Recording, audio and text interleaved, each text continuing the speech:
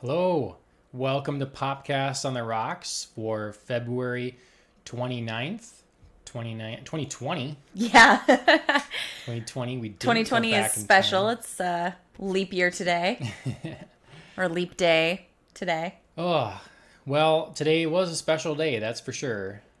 We had more technical problems again. I feel like we're never going to be able to open a show without, that sort of disclaimer first, our technical problems, but Well, as Alan said, we're always changing stuff every time. that's right. We're trying to improve for our audience. Right. So, hopefully it's working for you guys. So, how's your week been? Good. Good, truly.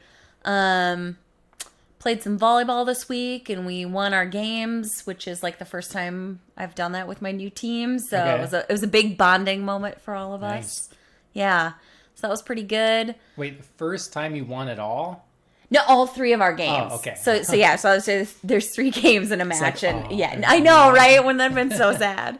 Oh God, no, it was the first time we won all three in a match. So that was a big moment for us. Okay. Because we're so this team that I play with, I usually play softball with them. Mm-hmm. So volleyball is like a new arena for us, and it's been a bumpy adjustment period. Okay. But we're finally getting there, I think. Nice. So that's been nice. Yeah, I miss volleyball.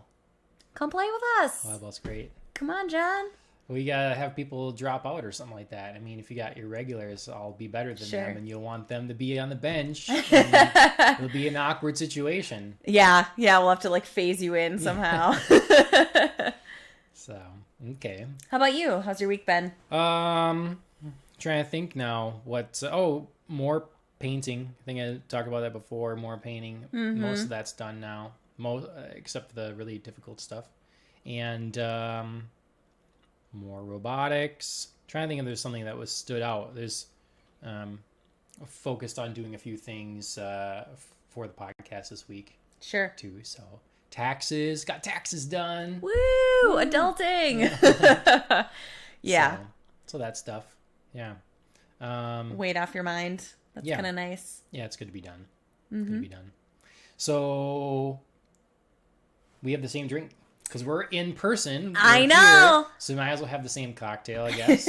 You thought of this one. It was a good find. Thank you. Yeah, no, I didn't know this, but it's very easy to look up, kind of what what kind of drink holidays are celebrated in the US and the world, and February 27th was National Kahlua Day. Nice. So we've got some White Russians here. I should have said cheers. Cheers. Salute. Yes. Cheers in person. You did a Yep. fine job, bartender John. Oh, thanks. Yeah, with my Mix a mean White Russian. Lactose-free whole milk. I know, this probably wasn't the best drink for you, but I mean, you made it work. Yeah. So, yes, if anybody needs John's lactose-free recipe, you got that ready for them. Yeah. Yep. Well, what we got on the schedule for this week? There's lots of news, really. We it kind of do. started quiet again, but we got lots of stuff coming up. Lots of stuff that happened. Absolutely. Altered Carbon was first on the list. See, you're starting at season 1. I am almost done with season 1. Oh, wow, that's quick. Yeah, I'm through episode 8. I loved it, so it was like a nice binge watch for me. But yeah, so I'm through episode 8, so I don't know the way that the first season ends, but I know a lot of what happens in season 1. Okay. So got a lot of thoughts about that, so we can either Okay. we can now or we can take it later. Up to you. Well, maybe we'll do that now. I just say Okay. I started season 2. Sure. I just started I will just watch the first episode. Okay. But yeah, what do you think of season 1? I mean, keep it spoiler free-ish or I think I can. I mean, I obviously can't ultimately spoil it because I don't know the way the season Right. ends. Mhm. So, but for me, season 1, it was tough. It's not the kind of season that you can do other things while watching. You know what I mean? Like because characters can jump to different sleeves so easily and they can be different people. It's not something you can like look away from and then come back and, know exactly what's happening. Sure. So I kind of like that in a sense because I feel like so much of TV is the type of thing that you can be doing something else with. Oh, And yeah. you know what I mean? I'm Yeah. tempted, to You be do have on to pay my attention. phone or Yeah. play a game or do something. And this was really nice. Like, it made me slow down. It made me, like, pay attention to just this. So that was actually kind of nice, to have it be that complex. So I really liked that aspect. While I was watching, I got a little bit sidetracked from the main character, Okay. Takeshi. And I found myself really thinking about the storyline with Kel and or Nadine. Oh, spoiler. That might be a spoiler. Whoopsie. Oh my God, I'm sorry. I'm too quick for our producer. Well, if you haven't seen it, you won't have any idea. Right, that's true. If you Like, don't- it's not a remember full this spoiler. very moment, which we're making a deal of it now, so maybe you will remember this moment. Yes. Otherwise, It wasn't a full spoiler, but it was a little half spoiler, so maybe just be aware, audience.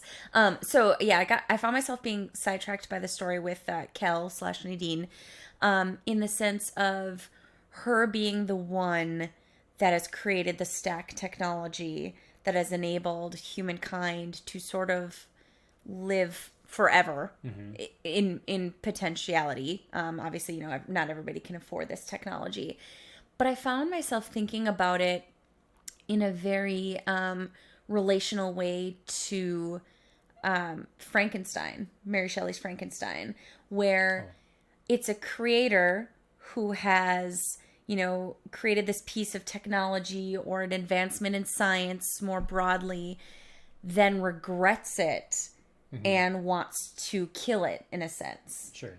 As Kel does with her stack technology, she wants to limit it and upload this Acheron program so that no matter if a human has a stack or not, they can only live for 100 years. So it's this, once again reintroducing the idea of a finality of death. Yep. And the whole focus on this with her mission, like I said, really made me think of this as like a modern day Sure. Frankenstein story. Yeah. Where a creator, creates this monster in essence and then immediately regrets it and goes on a mission to kill it. Is it a monster? Could be thought of that way. I mean, yeah, but the that's envoys certainly think of it that way. That's the question. That's interesting about the story that brings it something else are they right? Is that a monster? Like, what does it do to a person that you potentially don't have to die? What does it do for your identity? These are things that are not new to this show in terms of like cyberpunk addressing them. Ghost in the Shell tackles these kind of issues, but exactly it keeps them more like, makes you, it doesn't push it quite as much, like, I like this kind of makes that very front and center. Right. Yeah, I don't know. I mean, I hope in season 2 we get more. It seems like maybe there's more commentary or a deeper look into that potentially. Sure. Yeah, I imagine, not having actually seen any footage from season 2, but kind of doing a little bit of a sneak peek. I imagine that, Takeshi's being in a new sleeve for season 2, it does sort of force that issue front and center. You know what I mean? Like, I like how every time a transition to a new sleeve, there's this thing they do now where they're looking in a mirror or whatever, and they see their old self, and then they kind of, it takes a minute, and then they see what the body they're currently in. So if you're lost, it's good you're not getting any spoilers, but your sleeve or your body you're transitioning between, it's that would be a trip, because where he talks about like I forget, in the Fountain they say like our bodies are but prisons for our souls, right? And it's that kind of thing where it's not supposed to matter. You are more than the sum of your exterior and whatever, but we still identify and understand ourselves through that. Absolutely. So it'd be a trip. It'd be a trip to.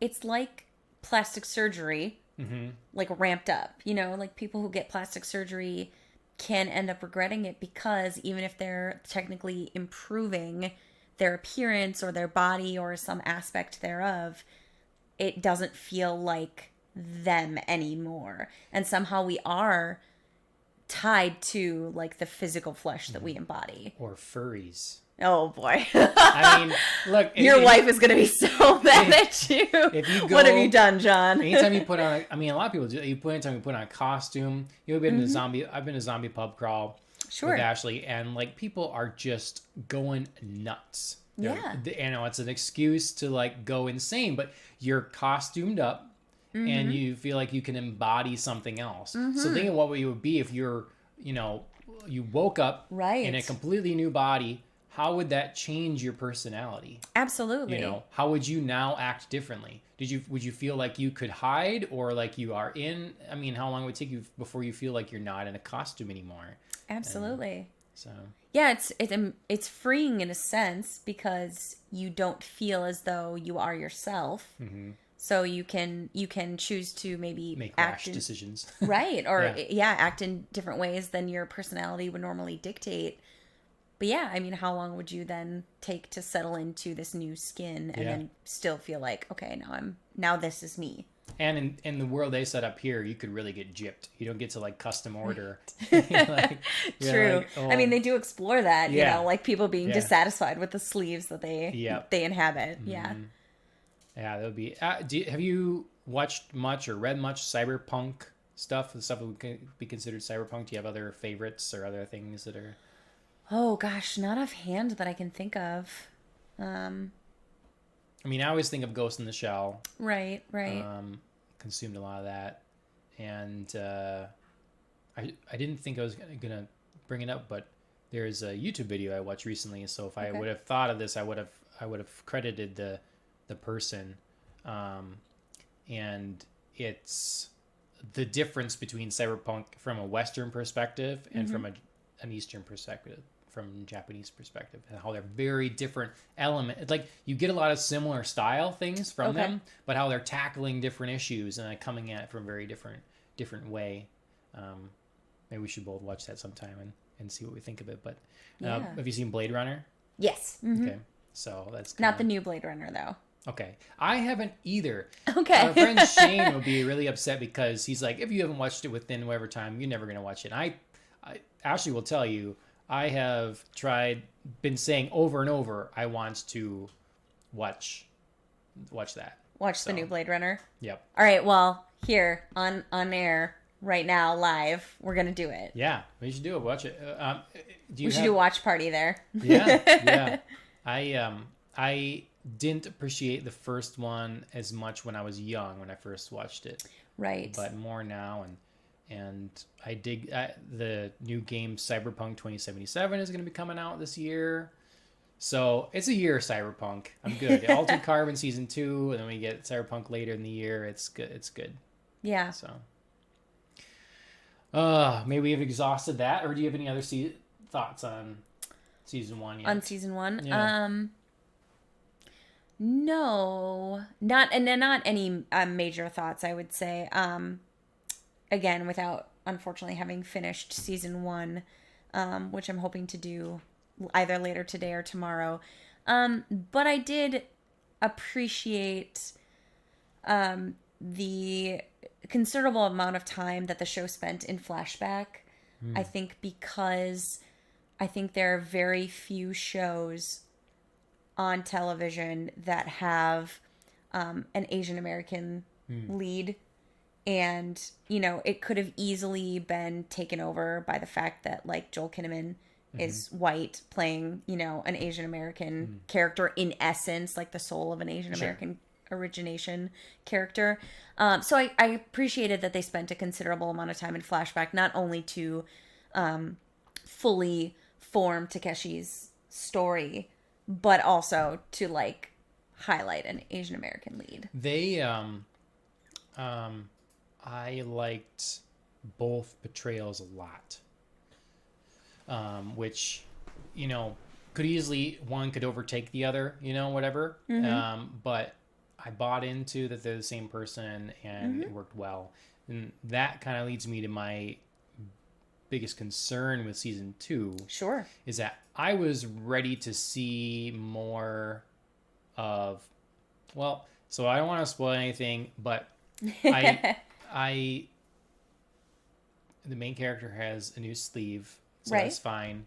And the jury is out on how that will come to be because the different sleeves worked well. The original and then who the Kovacs we're used to worked well in season 1, and Absolutely. we'll see now for this next one. Okay, so that sort of ties into I had another thought about the way that altered carbon works, and it's very clever in a sense that you can keep the same character but put them in a different body, Yep. much the way that obviously I think you know where I'm going. Doctor Who can, Yep. because you I can. was thinking Bond, but Oh yeah, yeah. yeah. Although that's sort of like the unaddressed, like, Yes. you know, It's whereas not like Doctor Who is very like we have a brand new right. body that is happening. So yeah, so actually both. But yeah, I mean, do you feel like this is a clever thing by the writers to do, you know, to make it So a new sleeve each season, or are we like, you know, do you get too attached to a sleeve, a particular right. physical sleeve, and then, you know, where does this guy go? You know, it's hard to judge that right now because it is like Doctor Who, where first usually you're like, "Bah, who is this clown?" Right. You know, and then you're like, oh, "Okay, you know, you." So we'll see if that's the case in this or not. But my issue so far with just episode 1 of season 2 is really that um, it doesn't feel like the same show yet. Oh, okay. Because it feels like one of those situations where you have a show or whatever, or maybe a movie that did okay, and then they make a sequel and they recast everyone. Or they have a thing where they can't get the original cast back. Sure. So how can we make this go forward? Because there aren't a lot of threads right now that hold us to the first season.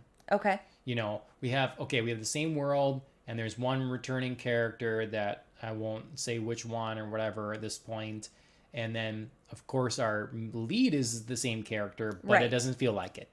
So it's one of those things like, okay, we're doing a season 2. Did they just have trouble getting everybody back? Sure. And then they had to adapt, or what? Sure. And I okay. would also it doesn't say, feel deliberate yet. yeah, and maybe it will. But it's just so far removed. And then I would say that I didn't think twice about production value on season 1. Oh, okay. And season 2 just had a few moments where, I don't know, it looked a little flat or something, a little like daytime television. Sure. Not that like the effects were bad or something, just like, are you filming in a different way or something? And so I don't know. Again, season 1, it's a lot of thoughts and conjecture, or sorry, episode 1 of season 2. It's a lot of thoughts and conjecture on one episode. So. Right.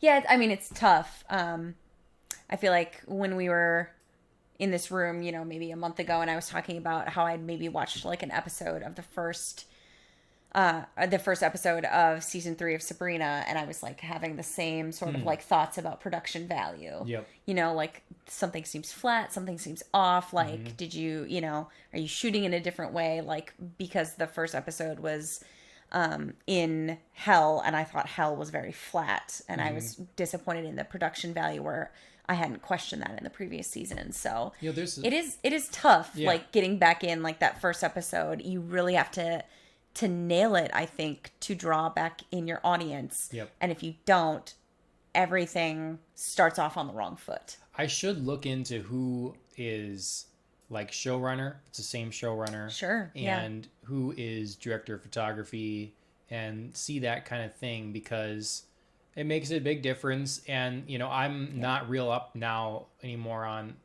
this stuff, but, you know, are they shooting in 60 frames a second?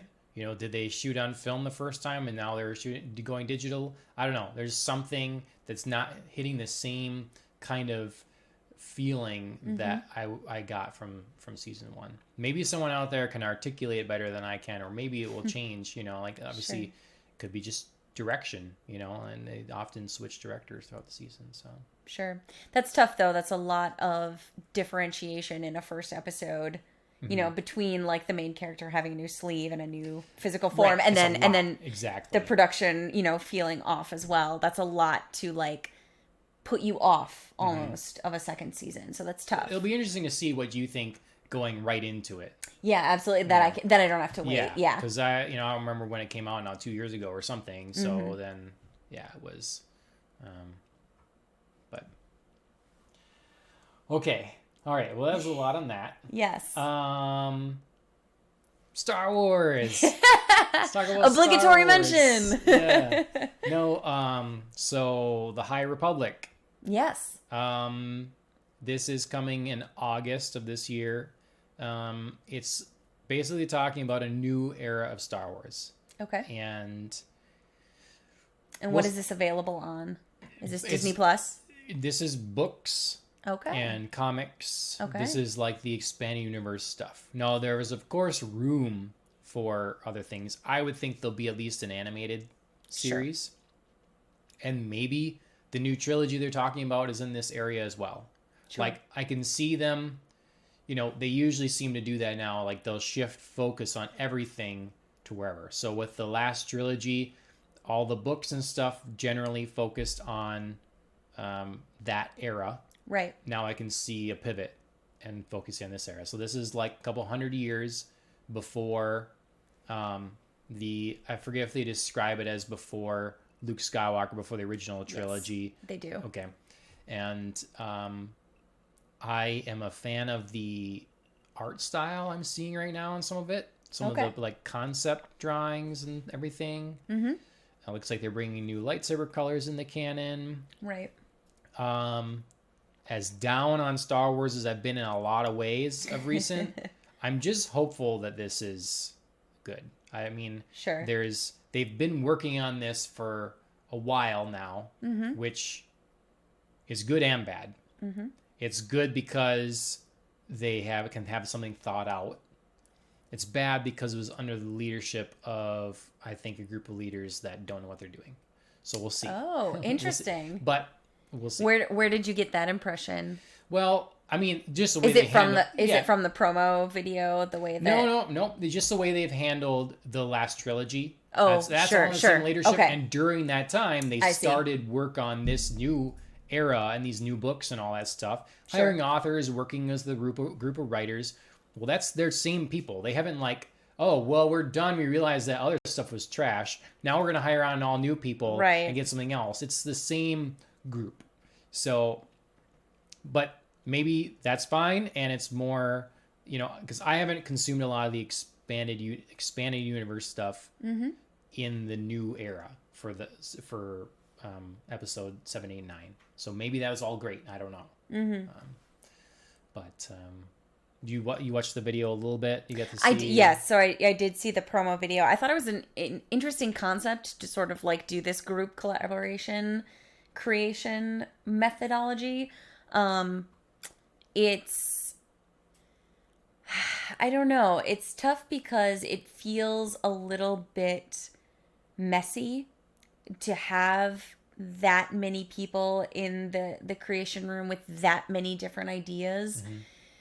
I think it's a good concept overall. I'm interested in like the actual subject matter of the series, like, you know, exploring like the history of the Jedi and the High Republic, because I feel like that's one of the things that people get interested about. Like Star Wars thus far, I think, has been the movies anyway, to not speak of the printed materials, has been at a very granular level with like ordinary everyday people and, you know, them sort of like encountering this already set up world, and to explore like the history behind the world that's been there that we've gotten sneak peeks at, or explored maybe, you know, a little bit with the prequel trilogy.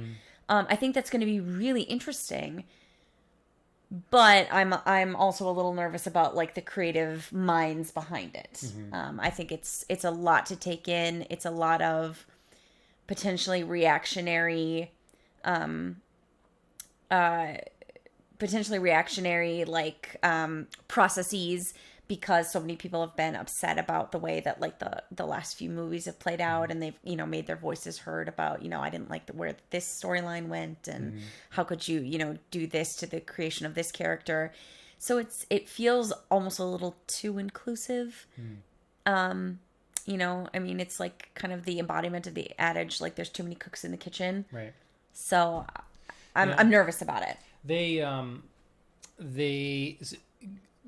Any listeners, correct me if I'm wrong, but I think the way it was done before Disney was you'd have authors that would write a Star Wars book or whatever, and they would kind of get passed to a story group that would be like, that doesn't fit.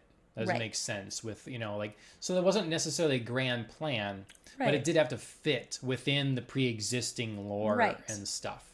And so if this is a team that's put together that, is coming up with the ideas, world building and setting this place, all right, we're on the same page here. And then writers, go, disseminate. And like someone's making these books and they're making this, I'm okay with that thought out process because it means that the different mediums can connect. So whether it's between a video game and the books and the comics, it's an easy thing for them to connect, and they're not stepping on anyone's toes. Sure. So I'm hopeful. I think this is a good compromise at the moment because fans want the old Republic. So the video games, and less talked about the comics, but that's a couple thousand years before Luke Skywalker. This is a couple hundred. And they show in that breakdown clip Obi-Wan saying that, the Jedi were defenders of peace and whatever throughout the galaxy for, hundreds of years, centuries or whatever. And so in the prequel trilogy, we got to see that kind of the tail end.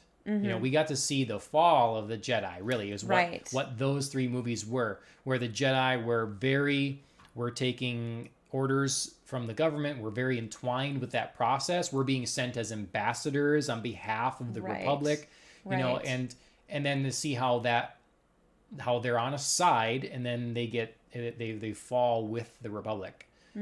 So this is presumably in their glory days.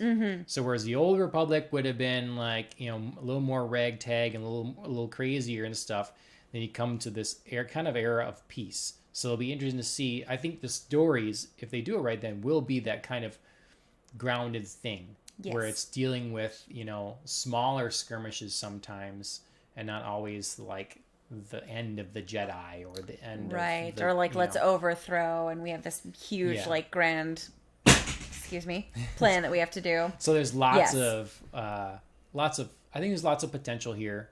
There's potential to show Yoda younger and in his prime. Somewhere between old Yoda and baby Yoda. Yeah. Well, not quite as cute. Mando should have given the child a freaking name. So we could call him a name. Right. Because it's the child. Well, that's fine. But everybody calls him Baby Yoda. It's not Baby Yoda. Spoiler, it's not Baby Yoda.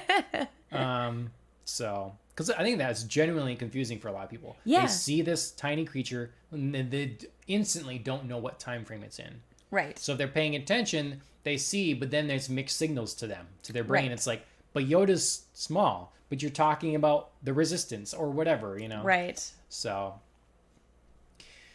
anyways, I hope they've had a couple good things here, and I hope that I'm excited to try some of the new books this fall. And I hope that they do an animated series as well. And yeah. I mean, I think even though it's had some stumbles recently, Star Wars on the whole has a possibility to do a lot of correcting in the near future between different mediums, between games, between books, between comics, and between any and all possible series on Disney Plus. Yep. I think Disney Plus is probably a boon to the Star Wars universe, because it can give them an opportunity to correct some things that I think just didn't quite go right in the films. Yep. Well, we've got two more subjects that are on this same kind of path. So I'm going to kind of like change here to go over Clone Wars then. Yes, right. I was just thinking about that. Yeah.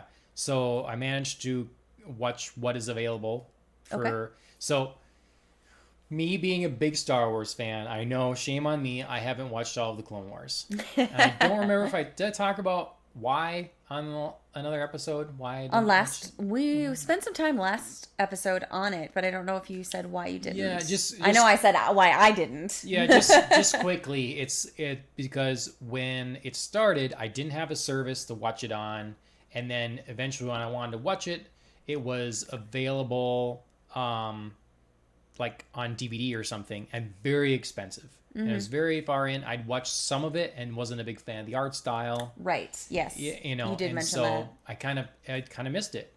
But there was a lot of cool stuff that happened there. Okay. You know, a lot of things that were made canon, characters that came back, you know, Darth Maul, characters that are introduced, Ahsoka Tano, a lot of great stuff put in there.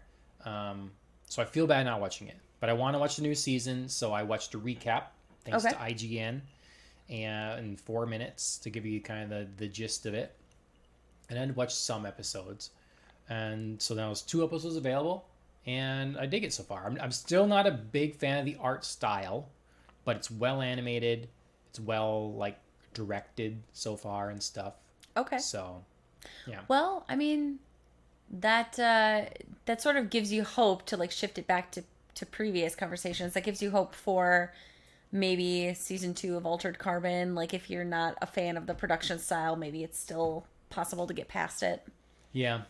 Yeah, that's true. You know, I mean, it's tough and it's off-putting, but, you know, if the story's good enough, hopefully it drives you forward. I mean, I guess Star Wars is generally designed for all ages. So there's kind of a thing that goes along with that, you know. Sure. Like, I always want there to be more, I don't know, a grittier style or something like that. Like Star Wars Rebels, I didn't love the style of that either, but it was still pretty darn cool. So sure.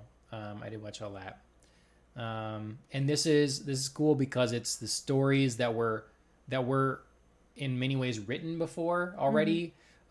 Dave Filoni had worked on them, and they never, you know, like when Disney bought Lucasfilm, like that got the axe. So now we're getting to see that finished. So that could be really cool. Yeah, very satisfying for sure. Yep. And the one other Disney story is Bob Iger. I know. That was go over that. Oh, I mean, I just saw it. I mean, I know that it was sort of expected that he was going to be stepping down, but it was supposed to be sort of a more gradual transition, from what I understood. And now he just announced that this past Tuesday, like, done, like full stop. Done being CEO, not done working with Disney. Right. But that he's no longer going to be CEO. And I thought it was an interesting choice. The Bob that's replacing him, Bob Chapek, I think Chapek. I'm not sure how to pronounce his last name. But he's currently overseeing all of Disney's like parks and attractions. And I thought that's a very, very interesting choice for somebody who's going to be driving, you know, some of the creative direction of Disney, if he continues in Bob Iger's vein. So it sounds like not. It sounds like Chapek is going to be doing the, so credit to Grace from Beyond the Trailer. She has such a great breakdown of the kind of a little quick history of Disney and how it's often been run in pairs and duos. And so this is sort of going back to a duo style where he's maybe not going to take the fall now for things or get the credit necessarily because he's not at the top, but he is the creative director. Like he's the guy, he is still the guy really with the vision. Right. Whereas you've got Bob Chapek that is more, I'm going to run the business. So I think it's a good split up. Okay. I kind of thought that Star Wars needed to be that way too. Sure. Star Wars needed to be, all right, we have Kathleen Kennedy that's running the business and Dave Filoni, or I guess now Mandalorian guy. John Favreau. Thank you. One of them doing the creative. Sure. So I think that if Disney does this, maybe this is a good thing. But I guess a lot of people are concerned with him because he hasn't necessarily done that great with the parks. Exactly. So Yeah. Yeah, it's an interesting choice, and it's an interesting choice at a time of transition for Disney when, Disney Plus really is still in its infancy. Yep. I mean, that does unfortunately create an air of uncertainty around Disney as a whole, and it shakes people's confidence in feeling like, Disney as a whole knows where it's going. Right. So it's an interesting choice. It could work out really well, Yep. but it's also a risk. I can't help but be in the back of my head like that. Bob Iger is thinking, well, this is about what I can do. I've Sure. bought the world. I've bought all these properties. We're making tons of money. Mm-hmm. We got launched a successful streaming service. I'm gonna cut out now on the head. Sure. So I'm creative director. I can still be involved in this till the end Sure. of 2021. Yep. But if things go sour, I'm not to take the blame. Sure. Ultimately it's gonna be this other guy, and then you can retire and to philanthropy and whatever you want, and kind of keep your good name. Maybe he's Right. like, I can't keep my good name for much longer. Like, this is going to end. Yeah. So I don't know. Yeah, I mean, it certainly would be, going out on top Yeah. right exactly. now. I mean, Disney, Despite the issues, it's Right, still right. like Disney seemingly can't fail. And I've seen other people talk about that where it's like they're given where other movies are kind of ridiculed or not given a second look or something like that. Marvel kind of gets a pass because they have these beloved characters a lot of times, and maybe the movies are really formulaic and they're not all that amazing every time. Right. But it's just like, it's Disney and they can do no wrong, and we love these characters. Right. So they kind of get a bit of a pass sometimes. Yeah, I mean, it's certainly interesting that Bob Iger would head out before phase 2 of Marvel, comes fully into effect. I mean, obviously they have the first few movies lined up, but nothing's been released yet. Yep. So if this phase 2 does bomb out, I don't think he'll be associated with it. Right. So it's Exactly. a smart move They're- for him. Right, exactly. Maybe not a smart move for Disney. Yep. That's what my gut says. He's ducking out. Sure. Because, right, the other guy, Bob Chapek, will take the fall. on this, Exactly. even Yeah. though the wheels are in motion. And, Yeah. it's happening. And the timeline is set, and Kevin Feige is doing the stuff. And, Right. So. Yeah, I mean, it certainly is interesting that so many people don't have that much confidence right now in Bob Chapek. And that's being already expressed. So it's almost like, if that does come to pass, it's like we knew it all along. Yeah. It's already the narrative is like we don't have a bunch of confidence in this guy. So like somehow, I don't know if it's like cushioning the blow or if it's like self-fulfilling prophecy, but I mean, he's certainly being set up, I think, to take that. And the shady thing is that there was a woman that was at Disney for years and years. She was a long-time Disney employee, well respected or whatever. And then when the Star Wars world at their parks opened and numbers were way down, they were expecting high traffic and all this stuff. Right. They canned her, and she's kicked out as if it's solely her fault. Right. As if it's her fault that like the temperature on Star Wars has cooled, to put it mildly or whatever. And then they get this new Rise of the Resistance ride that everybody's raving about after a video game that did really well and a movie that seemingly in a lot of people's eyes was redemptive enough, and The Mandalorian that was well received. Now people Absolutely. go to this new ride and love it, and now it's okay. Like, it just is too bad because I'm sure it wasn't her fault. It sounds like Chapek was Right. responsible for the parks cutting corners a lot. Right. Going on the cheap when they don't need to go on the cheap. Right. So. Yeah, it's not as if Disney's hurting for money. Yeah. Yep. Yeah, it's it'll be interesting to see sort of I think what happens at the top with Disney and then in the next, year maybe even if you know, things go badly and Chapek takes the blame for it, will Bob Iger come back and be like, well, you know, I guess we need me back? And, you know, I mean, it could Maybe, be. We yeah. tried this whole dual running Disney thing Yeah. and it just didn't work out and I just need to take the reins again. Or, you know, if it's just like, I'm going to stay over here and just let you take all the fall. So. Well, it'll be interesting. Disney's got a lot of things that I feel like everyone is interested in something that Disney owns. Almost, if you're into pop culture. So quite true. I mean, ESPN. I hate all the superhero things and whatever, but we got ESPN. That's them too. So yeah. Well, okay. Disney, Star Wars has been a lot on that. Yes. The Are we gonna rock it to an extreme opposite? Yeah, I was thinking maybe we should. How do we segue from that? From Disney. Oh, Disney to Dallas. Okay, all Look right. at alliteration. Yep, double. It's my Ds. English major nerd coming out. All right. Double D's. Is that what you just said? Yep. Mm-hmm. Yep. You couldn't sneak that one by me, John. So, for Housewives fans, I know you're out there. We're speaking to you. Yeah, Leanne Locken is leaving Housewives of Dallas. Yes. Your wife and I were talking about this earlier. Yeah. So, for those that are caught up or those that aren't, basically, Leanne has been a very contentious person. When she started, she was nuts. Like season 1, she was nuts. She was breaking glasses on the ground or whatever, and she was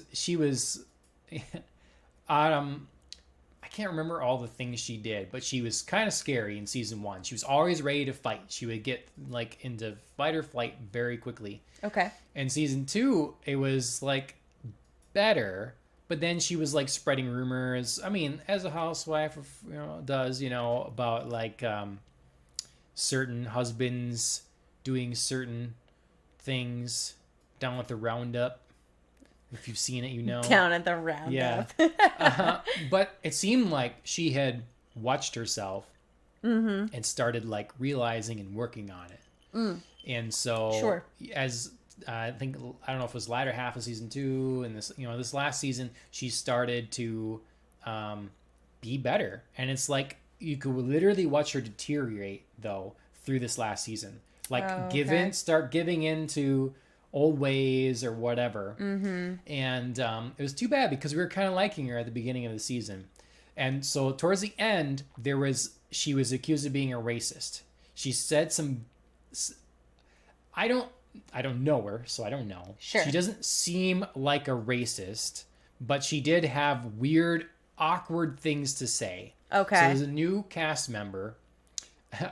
No one cares. No one on here is caring, are they? I'm caring. I'm loving this. We're gonna get Bravo fans. Okay. So there's a there's a new woman, Carrie, that is This is Carrie with a C. Or Carrie with a K? I think it's with a C. Okay. She's from Mexico. Okay. And so they butted heads a lot. Sure. And initially, I liked Carrie a lot. And she seemed cool. And it was Leanne was always bringing things down or whatever. And so Carrie, I was on her side. And then she started to get really annoying. And she would she had this awkward relationship with her husband. And she did this whole thing where they were in, I think, Taiwan, and they were going into like sacred temples and stuff. And so Leanne was saying, "Gotta take your hat off." There's signs everywhere. Don't wear a hat in the temple. Right. And she got all like pissy about it. Like, don't tell me. No one can tell me what to do, kind of thing.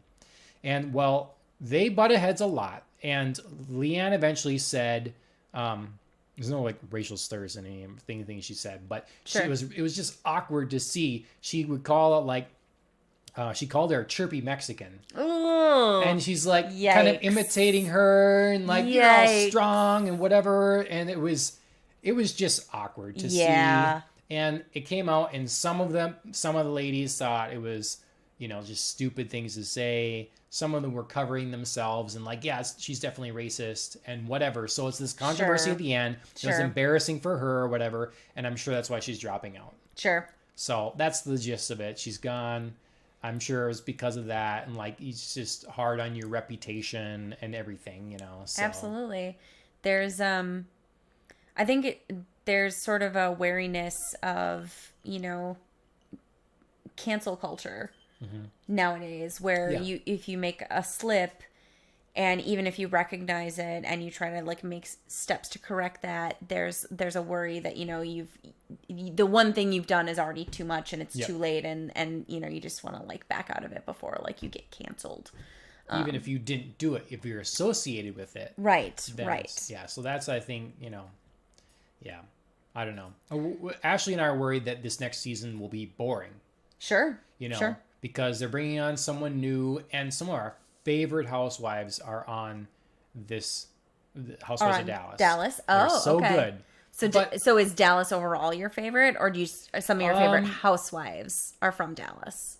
I think it is probably my favorite. Okay. Yeah. Bold.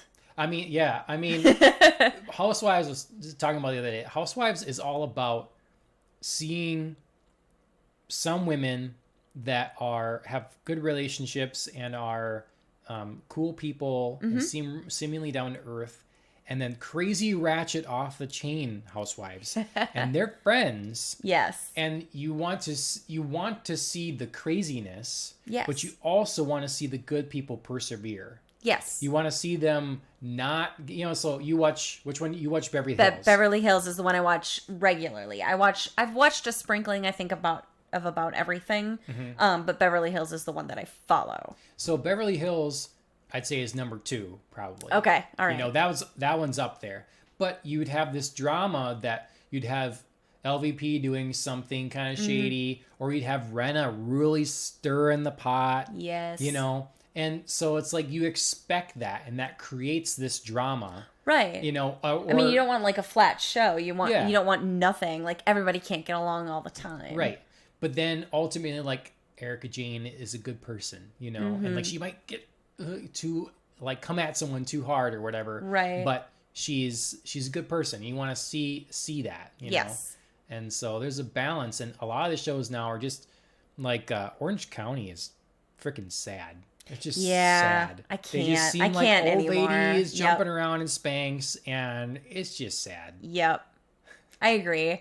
I feel that way, and I don't know if this is going to be, different for you, but I feel that way a little bit about New York. Now Bethany's gone. I don't know when that happened. I just saw that Bethany's gone. But yes, it was getting a little tired. It was. I have hopes for it, but it was at the end. I feel like they brought in Tinsley, and she is so sad. Yeah, like she's not as old as the others, but she's so sad. She's just a sad character. Well, and she feels older in terms of her career because she's done other things and she's been out there. Like her name is more known for longer, I think. Like sort of as a trendsetter and like a cultural and fashion icon, that her name's been out there longer. So now she feels tired. Do you know what I mean? Like as Tinsley? Yeah. Oh, okay. Yeah. Just as someone who's like followed like a little bit of like fashion culture. Sure. And like her name being out there as a trendsetter for so long. Okay. I just feel like that may be contributing to some of like the sadness. I think what's coming up is that she's gone through life for so long without and not really being confident in herself.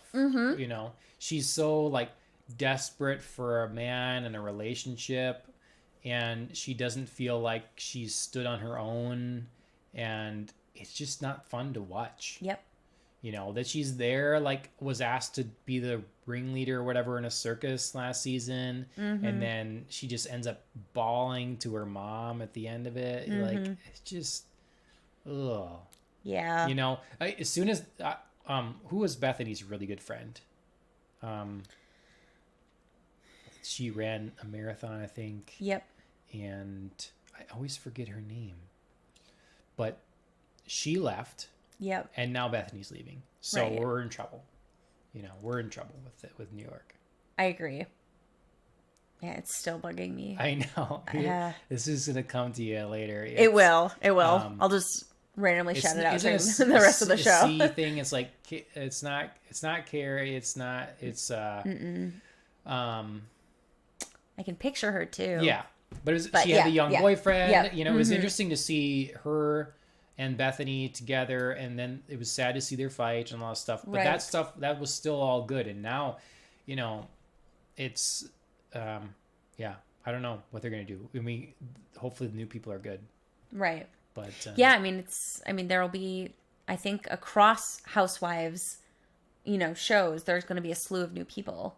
Yeah. You know, obviously Beverly Hills is getting a new housewife because LVP is gone. Yep. Garcelle Bouvet, I think, is the housewife. So yeah, I mean, New York, Dallas. Yeah. Everybody's kind of getting a fresh injection. So it'll be interesting to see if like these shows like adapt and build around these new characters, or if it's like, oh god, they're terrible characters. Orange County needs it really bad. Yes. You know, like they've struggled. I think they've struggled ever since Heather Dubrow left. Mm-hmm. You know, I was like, Heather, come back. But yeah, no, they have, and I think it was them too that just went through they just recycled through people. There's people that only made it one season. Right. I think it was Orange County. It was well, I won't try to remember their names, but there was a couple people that yeah, they didn't last, and maybe it could have been a cool dynamic if they did, but right. Yeah, but Potomac has come through. Yes. Potomac was so bad to start because they were terrible people, and I think they saw themselves on camera and like, wow, we're awful people. Yep. How terrible are we? So Potomac is actually the one I've watched, I would say probably second most regularly. Yeah. So that's come through. Mm-hmm. And then there was in Jersey. Jersey had some change ups and, you know, like all that stuff going on there. I like Jersey a lot still. So, whereas I didn't like it before, I'm into it now. So okay. Well, that's the longest Housewives talk we've done yet. For now. Yeah, for now. Like, I mean, let's get some hype in the chat if we're all into the Housewives chat. I'd like to see Alan's face right now. I'd like to see Alan shrugs. Okay. Yeah. So, okay, on the topic of like, you know, lighthearted, I guess. Sure. You know, I see you have something about a Friends reunion. Yes, it's official. I think a lot of people suspected that this was going to be happening since a lot of the original Friends cast started joining social media. Like Matthew Perry has never done anything with social media, and suddenly he popped up on Facebook, on Instagram, on Twitter, and then like Matt LeBlanc joined a few things as well. And people started posting kind of cryptic things. So everybody was like, I feel like we're getting ready for a big announcement here. Okay. And sure enough, HBO has acquired, the rights to all the old episodes of Friends now that they've left Netflix. Isn't that a weird match? It is. Friends is such like a family light, non-dramatic, non-gritty show, and that's what I associate with HBO. Yeah. So it's an interesting choice, but I think it's a very strong one for HBO, since they'll be launching HBO Max, I think in May is the target date. They'll have to diversify. Right. So they're going to have to, you know, have a plethora of content, and they're going to have something strong to open up, to draw people in. Like Disney Plus was banking on like The Mandalorian to be its like, you know, front runner there. So HBO Max is clearly going nostalgic instead of going new. Right. And they're filming, I believe right now, a new short mini series of Friends episodes. Is this a good idea? I think it's a good business idea. Okay. Like because people will tune in. Oh, people will absolutely tune in. See. Yes, absolutely. I think it's a great business idea because I think there's a lot of hype around nostalgia right now. There's a lot of like Friends. Like I see a lot of like Friends themed trivia nights at bars, or like Friends like bar hopping or bar crawls. You know, I feel like age group. Yeah, I feel like people like that kind of stuff right now. So this is a fabulous business idea from an actual like entertainment, like show quality perspective. Yeah. I don't know that this holds up because Friends was built around not only the cast, but the cast like at a very specific point in the characters' lives where like you're doing that whole transition from college into adulthood, and like this is your tribe that you're creating around yourself in your like early 20s, 30s, you know. And how are we going to look at them when they're now like what, 40s, 50s? Yeah, is it going to be charming still? You right. know? Like, I mean, it was kind of do you have fun. like charming mishaps and cute little things? And is losing your job that funny when you're like 40s and 50s and have a family to support? I don't know. Yeah, I don't know. Can they all still leave their jobs to have coffee at like all hours of the day? Because I know my job doesn't allow me to do that. What? But, oh man, mine does. Well, okay, it depends. On coffee from the tractor. Yeah, it depends on the time of the year. So yeah, so I'm interested. I will probably be one of the people who, you know, does my free trial or, you know, tries to get in there. We have HBO Go, and I think that translates over into HBO Max for a limited amount of time. Okay. So I'm sure they'll try to, you know, hook us in there. Are they gonna have something else? Are they gonna have something else? Is there another launch window? I'm sure that they will. I just don't know what it is yet. I mean, obviously, I'm sure that they will, but like Friends, like this is dominating right now. I mean, HBO seems a little desperate. Mm-hmm. You know, like they're moving forward with their streaming service regardless, and they have lots of movies on there. You know, but are they going to be allowed to keep all those movies? Right. Once so you have Miramax stuff or whatever. That's I think maybe the same stuff as them, maybe the same company. Unless that's Stars. I don't know, but it's I feel like a lot of content is going to leave because a lot of those movies are probably being allowed to be on there for now, but as soon as it's this competing specific streaming service with their own like produced stuff, I don't know, we'll see, maybe not, but they started with True Detective season 2, which they rushed the creator to do. Absolutely. And it flopped. Yep. And then Game of Thrones, you hired people that were ready to flake out. Terribly. Yep. They were ready to quit early. So now they're like scrambling to do other Game of Thrones things. Yes. But it's like, how much? Which already one has been canceled. Yeah, that's right. Because they were going to have 2 shows, and now it's just down to the 1. Which one is left? I think it's the prequel. Like Brand the Builder, putting the wall up kind of thing. Exactly. Yeah. Okay. Mm-hmm. Early like children of.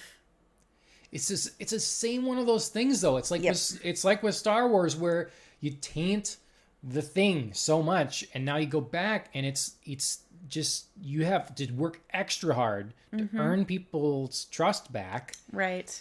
And recreating that initial magic is so tough. Yep. That you're gonna go and screw it up. I mean, I don't know. I don't want to get into a Game of Thrones rant or whatever, I guess. but yeah. Okay, well, I'll end up... I really don't care about Friends. Like, seeing it again, I don't care. I will care enough to check it out. I mean, a trial's a trial, Yep. So... Yeah, it'll be interesting. I mean, it's a gamble.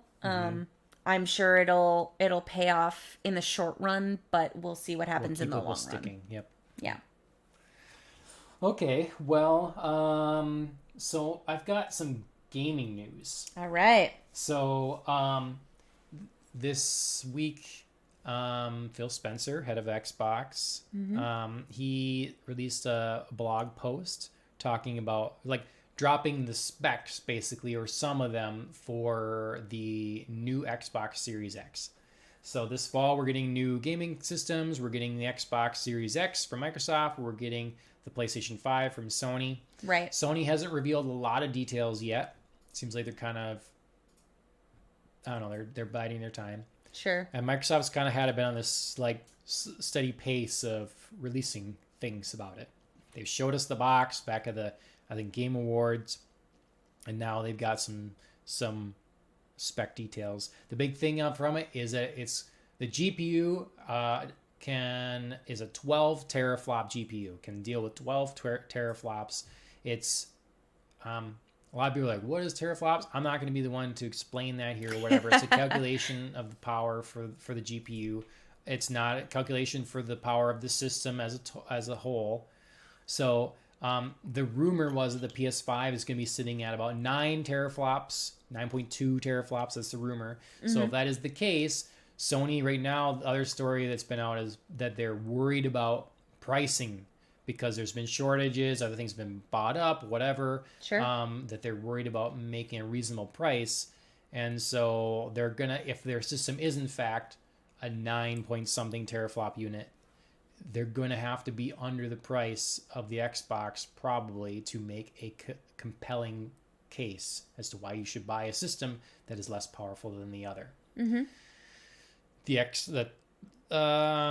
What else I'll say about it? It's basically there's still this like hidden thing. There's supposedly going to be an Xbox Series S, Project Lockhart. That was the rumor. We'll see. So it's very possible Xbox could release a diskless, less powerful system. Interesting. That would be more on par with the PS5. Sure. And then have on top of that the Xbox Series X. And then probably still sell the Xbox One X. So you have 3 tiered systems that all play the same games, just at varying quality. Sure. So that's potentially a very good sell for people getting in the Xbox ecosystem again versus the PlayStation that will probably just have one SKU at launch and one price point then, and we'll see. But Sony has always outsold Microsoft. So people are, Microsoft is pushing hard to make this console generation theirs, but Sony's always outsold them. Right. So we'll see. But that's the news this week. There's other things like continuous, like save states that you get to like pick up in multiple games from the same spot, so you don't have to load into your game. So if you were playing one game and then you shut off the system, that game is supposed to resume pretty quickly. Okay. But it's not the same as if you're on like your iPad or your phone and you're playing a game, you switch to another app and you switch back and it's right back into it. Sure. That's the idea that's supposed to be, but for multiple games on the new Xbox. Okay. So it's just quick. The idea of the next generation is going to be quicker load times and quicker getting back into games and all that stuff. I feel like I would like something like that because we were just talking kind of on the way over here, our producer Ellen and I, about the fact that like gaming really is something that takes a time commitment, and it's hard sometimes like thinking about, I really want to go play a game right now, but I only have like half an hour. Can I really do it? Especially like when you sit there and you think about like the load intro. And it's like, if that were to be sped up, yeah, maybe it does. Maybe it's illusory. It's not really giving you more time, but even the illusion of it makes it feel more accomplishable and makes you feel more like, I can go spend like a half hour, 45 minutes to barrier to entry, making that thinner. Yeah. Absolutely. And I'll use that to transition to the other news with the Switch anniversary coming up. It's going to be 3 years on March 3rd of the Switch. And that's a good system. That's one of those things that I know a lot of new parents and stuff, they're like rocking their kid to sleep and playing on the Switch. Absolutely. And it's one of those things where you're not playing necessarily handheld mobile games or whatever. You get people that want to play full games, but like it can be on the go. It's a quick thing. Yep.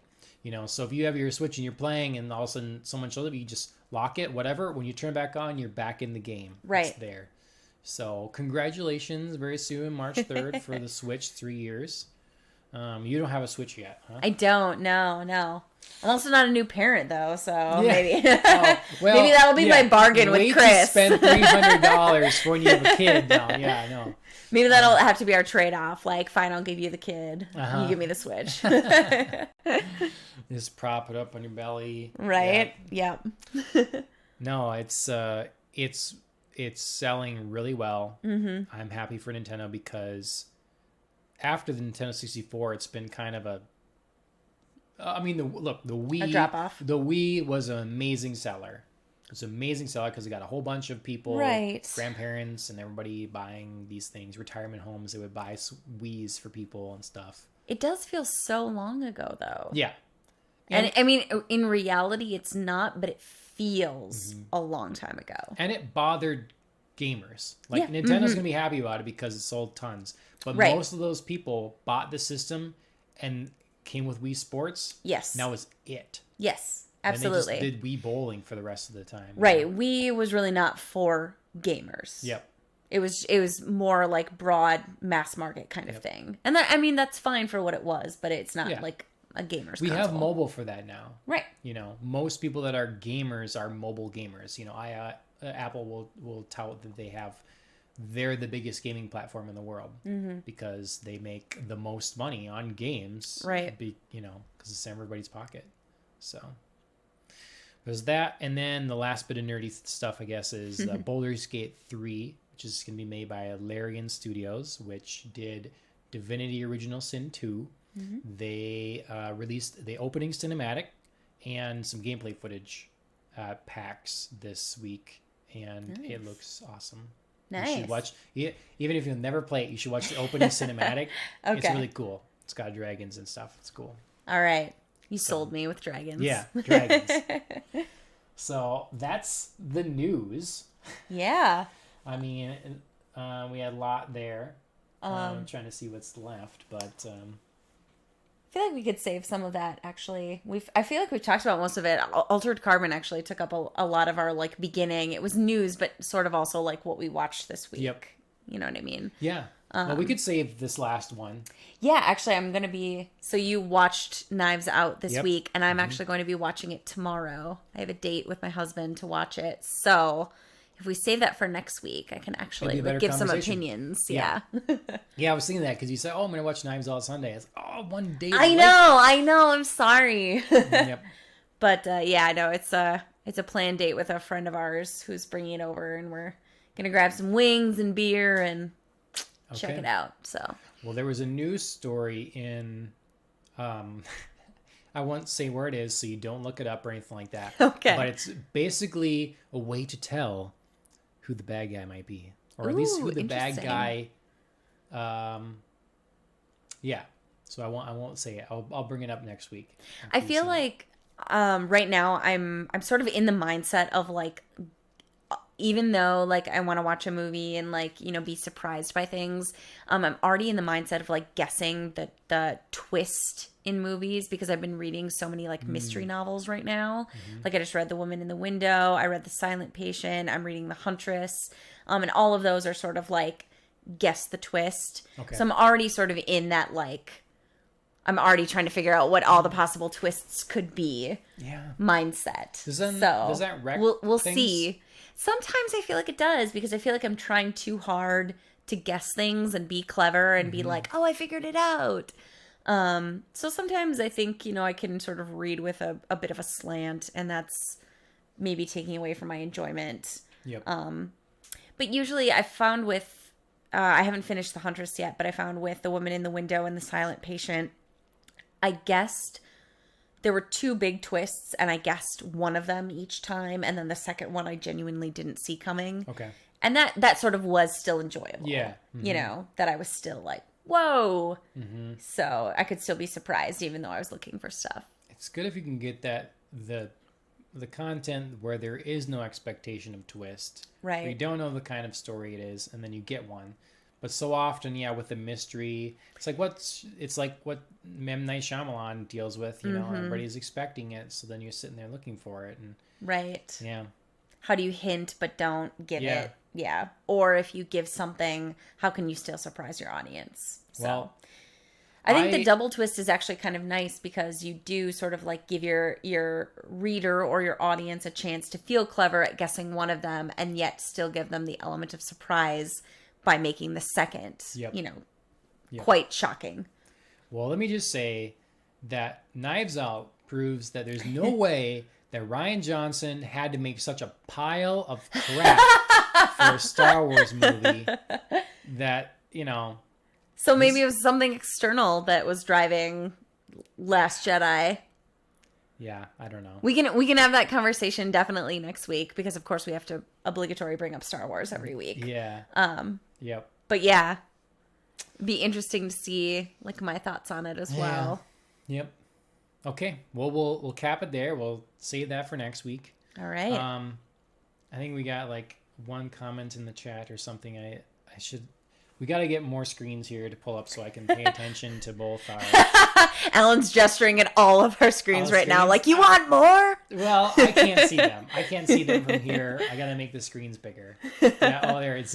Oh, my goodness. Arrow over. See, our producer's so accommodating. Ask and ye shall receive, John. Yeah.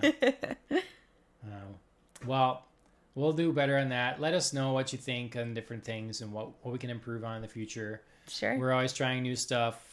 Always trying new technology. Yeah, I know. It's sometime we'll I don't know, get a studio space set up so things can be fixed and ready to go. All right. You can just 'cause jump into it like gameplay. I do actually use this office for other things, normally or whatever. So, but we'll figure something out. So. All right. Well, thanks for joining me. Yes, this was great to do in person again. Yep. So thanks for joining us. We appreciate it, and cheers. Cheers. Another episode of Popcast. See you next week. Bye.